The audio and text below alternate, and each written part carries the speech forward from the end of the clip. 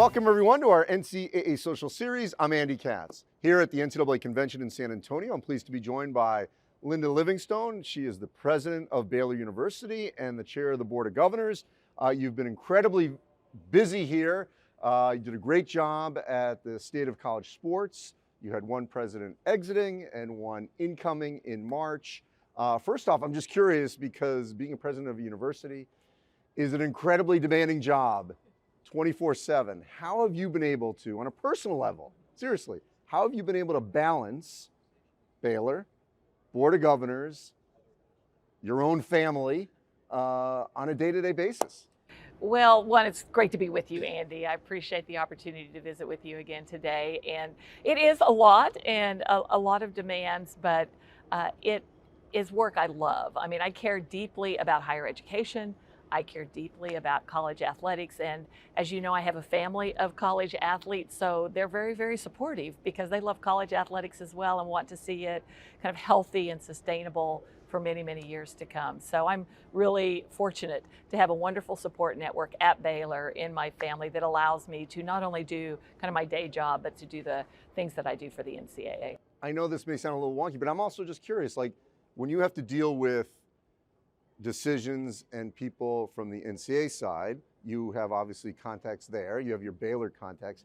How do you actually sort of delegate, you know, the administrative side of that when you've got two different entities and they're not in front of you, they're not, you know, actually on campus? Well, I tell people when they say, you know, what's the key to being a successful leader or a successful university president? I say, you've got to have a great team around you. And I have a fabulous leadership team at Baylor, my president's council. So I have great confidence in them to know that if I'm off doing something for the NCAA or for other things, that they're there, they've got their arms around everything, and I'm in close contact with them off and on. Same thing at the NCAA. Great staff at the NCAA that are unbelievably supportive and wonderful to work with, that do everything they can to make my life as easy as possible given the responsibilities I have with the NCAA. So you got to have great teams around you to make it possible to do these kinds of things, and I am very fortunate both at Baylor and in the NCAA to have that happen. One thing that became clear when you were speaking at the State of College Sports is, I mean, just for lack of a better word, you get it, okay? You make it concise and you get to the point. That's been an issue in the past in college athletics. You know, we got advisories and committees and acronyms and we never get to the point. How critical was it for you to explain what is happening and be much more direct? I think that's what we have to do going forward. We're in an unbelievably complex environment when you think about the legal, the political, what's happening at the state level, and so on. And so it's really complex. So it is hard for people to understand. And so the more that we can simplify it, hit the critical points to it, and really try to lay out the solutions, the better off we are. Because if people don't understand what the problem is, they're never going to buy into the solution. And I think that's the issues we have both within the NCAA, with the broader public, and then frankly, as we think about a congressional strategy, how do you get people to understand what the key issues are in as simple a way as possible so they understand why the solutions matter so much? All right, so let's be direct. To you, at this moment in time, what would be top three? What are the three most pressing issues in this next year facing NCAA member schools?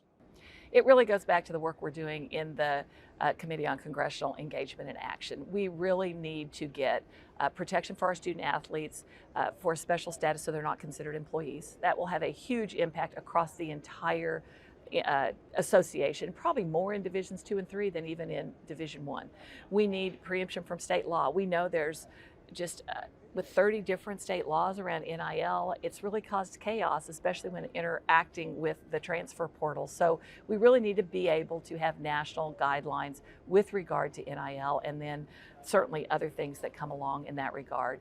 And then we need some safe harbors so that when we make decisions to try to create a reasonably level playing field and have some national standards for how we do our work across the divisions, we really can't be subject to legal battles every single time we do that. And so making progress in all of those areas, certainly in terms of what we do internally, but also hopefully in partnership with Congress. So two quick follow-ups to what you just said. One, and it drives me crazy how people don't get this, as to why the NCAA can't just say, okay, this is what NIL is. Regardless of what your state is saying, and across 50 states, tell everyone why that just can't happen. Yeah, that's a great question. And I understand why people don't get it. So I'll use an example to illustrate. So one of the things that we believe would be really helpful to clear up some of the chaos in in NIL is a national clearinghouse where everybody has to report their deals and what's expected to be done for getting the money in that NIL deal, so that one, you kind of begin to see what the market is for it. It also makes it much easier to know if any of these are being done in a way that's are intended to be inducements for student athletes and so on. So we really believe a national clearinghouse would be fabulous. Well, there are states that require student athletes to report their NIL, and so that would work, and you could have them in a clearinghouse. There are other states where the state laws actually prevent student athletes from actually reporting their NIL activity. And then there's a bunch of states where there's just no guidelines around it. So the NCAA cannot create a national clearinghouse where all student athletes have to report their NIL because some state laws restrict student athletes from reporting. And so that's just one small example. But when you have all these state laws, the NCAA does not have the authority to override state law.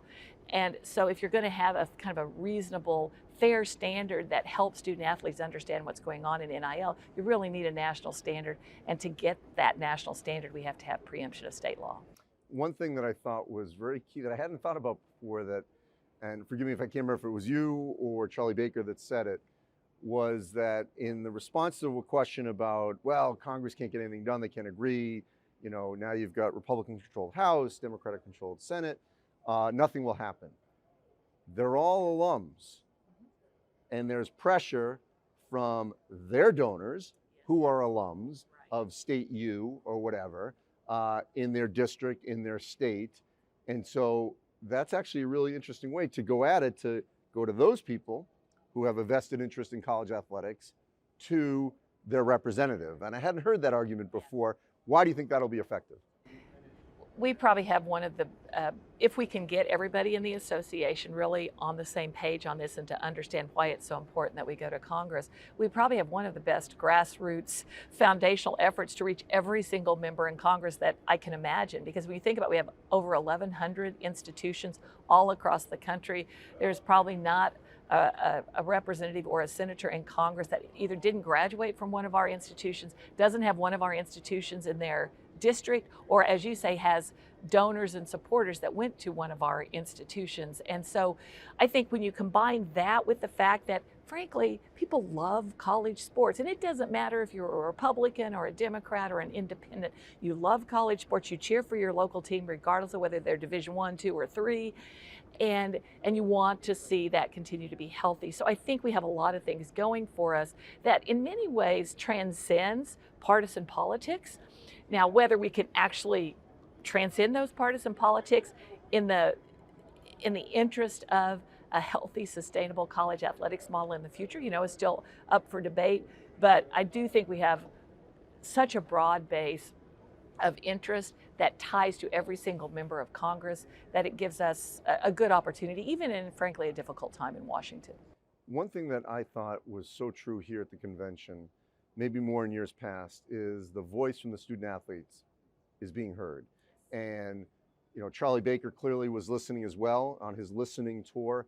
And one of the Transformation Committee agenda items that was endorsed was on mental health, which is obviously a national crisis, certainly in the adolescent world, the young adult world, across the country.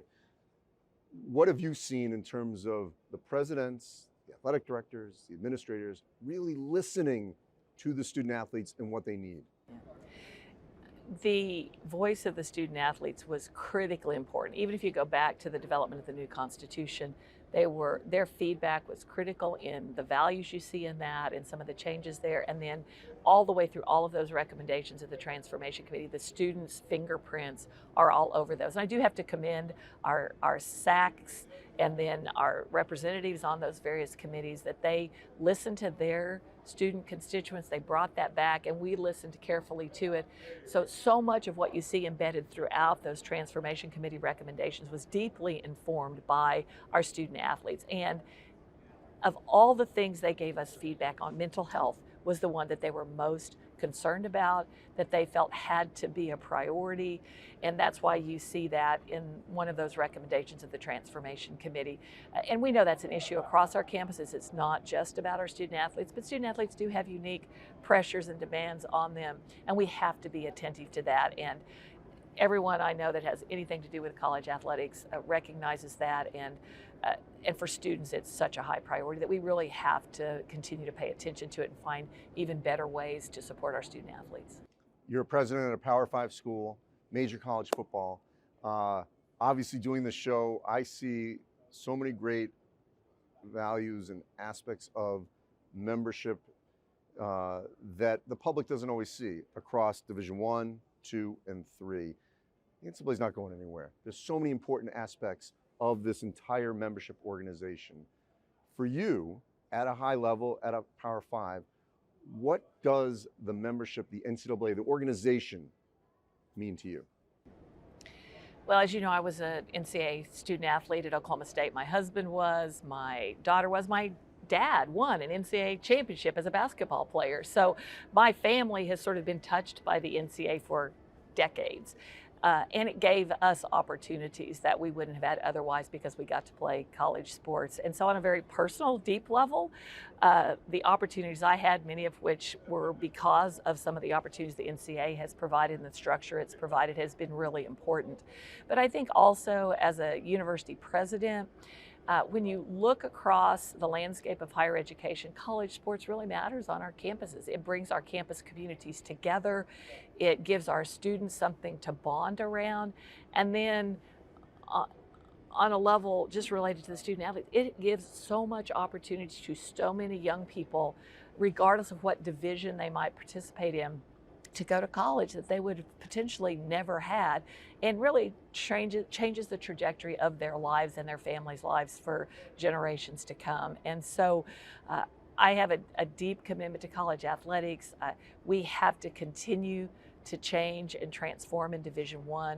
We clearly were slow to the gate on that in some instances that have led to some of our challenges. But I think we know we've got to continue to make progress and continue to create opportunities for student athletes, not just to perform well in their sport, but to have greater and better opportunities in life because of the education they got while they were a student athlete. And lastly, Linda, you're a leader, you know leadership. What did you see in Governor Charlie Baker that drew you to him as being the next leader of this organization? Unbelievably impressed with Charlie Baker, and so fortunate that he agreed to come on board and lead us as we go forward. He has a passion for education and for college sports because of his background and experience. He actually knows a ton about college sports. But well beyond that, I mean, you've got to love what you're doing, right? And so he's going to love this, and he cares deeply about young people. But he has had such success at bringing people together from disparate perspectives, from disparate political parties, to take on and solve really big, complex problems. And he loves taking on big and complex problems. And he's shown not only that he's willing to do it, but that he's been able to bring solutions and action to those problems. And given what we're facing in the NCAA and the tumultuous environment that we're in, we felt like his skills from a business perspective, from a political perspective, and then just he's an unbelievably personable individual, unbelievably authentic. He's just the right person for the job right now, and we're unbelievably excited about him getting started. Well, thanks for your time. I know we'll be talking more, and it's great to be actually in person with you rather than over a laptop. As always, you can go to ncaa.org/social series, where all our social series are archived. A ton of great conversations like this one with Baylor President Linda Livingstone. Thanks for watching, everyone.